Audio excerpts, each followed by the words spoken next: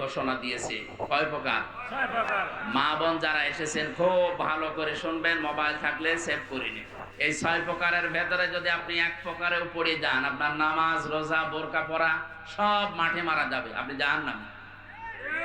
1 নম্বরে যাদের মাথার চুল খোলা থাকে স্বামী বাদ দিয়ে অন্য কারো জন্য, এরকম মেয়ে লোকে দেশে এখন আর নেই। যে হোটেলে আসি আল্লাহর ওলিরা সবাই হোটেলে উঠেছে। একজন মেয়ে লোক যদি চুল খুলে রাখে, শুধুমাত্র খুলে রাখতে পারবে তার স্বামীর জন্য, স্বামী বাদে পৃথিবীতে কারো জন্য মেয়ে লোকের চুল খুলে রাখা জায়েজ নেই। এমনকি বাবাকেও চুল খুলে দেখানো জায়েজ নেই। এক কথা বুঝতেছেন?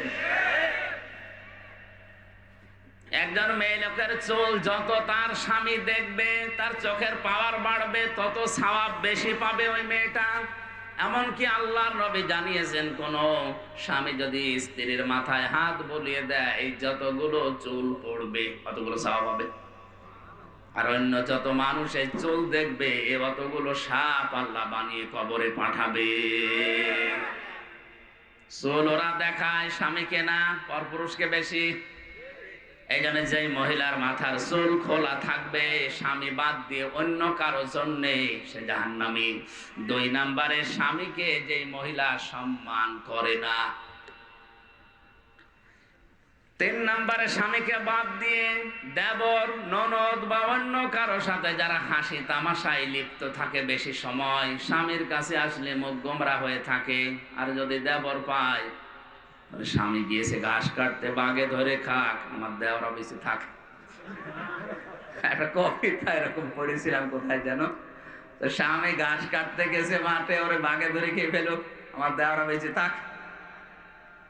স্বামী বাদ দিয়ে অন্যের সাথে যদি কেউ হাসি তামাশা করে, মজাক করে, ইয়ারকি আড্ডা করে, মহিলা জাহান্নামী।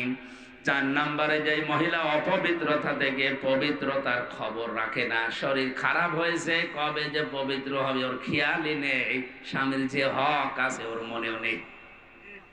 এই জন্য যখনই শরীর অসুস্থ হবে, সুস্থ হওয়ার পর থেকে নিজেকে পরিষ্কার পরিচ্ছন্ন করে স্বামীর জন্য উপস্থাপন করা লাগবে। 5 নম্বরে মিথ্যা বলে, গীবত করে, এরপর আবার কসম করে কথায় কথায়। মেয়েদের স্বভাব এটা বেশি, ওরা কিছু হলেই কসম কাটে। কসম যদিও কাটে, আবার ছেলের মাথায় হাত দিয়ে, স্বামীর মাথায় হাত দিয়ে কসম কাটে। এমনকি কাবা শরীফের ছবি টাঙানো বলে কাবার কসম। দুনিয়াতে একজনের নামে শুধু কসম কাটা জায়েজ আছে, কে? বলেন বলেন। আমরা কসম কাটি বড় যে জিনিস, সেই জিনিসের উপরে। এ দুনিয়ার সবচাইতে বড়, বলেন বলেন। আর আল্লাহ যখন কসম কাটেন তখন নামিয়ে দেবেন। আর আমার জীবনের সময় যদি শেষ হয়ে যায়, আমাকে মানুষ আর হামজা বলবে না, মরহুম হামজা বলবে।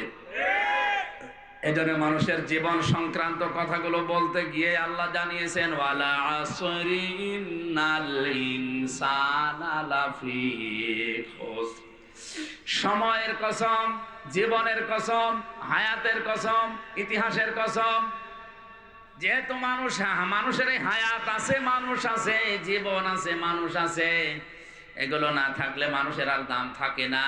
এর সম্পর্ক মানুষের জীবনের সাথে রিলেটেড। এই জন্য আল্লাহ মানুষের জীবন সংক্রান্ত কথা বলতে গিয়ে কসম দিয়েছেন হায়াতের, সময়ের। জোরে বলেন সুবহানাল্লাহ। আমরা যেহেতু কসম দিতে পারি শুধুমাত্র আল্লাহ ছাড়া আর কারো নামে না। মা বোন যারা এসেছেন, কসম যদি কাটতেই হয় আল্লাহ নামে কাটবেন। তাছাড়া পৃথিবীর কোন পীর বাবার নামে, কোরআনের নামে, কাবা শরীফের নামে ছেলের মাথায় মেয়ের মাথায় হাত দিয়ে কসম কাটা জায়েজ নেই।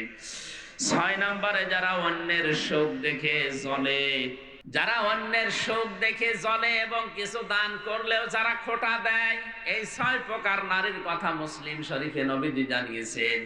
আশা করছি মা বোন যারা এসেছেন, এই 6 প্রকারের কোনো কিছু যদি আপনার ভেতরে থাকে, আপনি এই মুহূর্তে নিজেকে পাল্টাবেন। আল্লাহ আমাদেরকে এই যে 4টা অপরাধের কথা বলেছিলাম,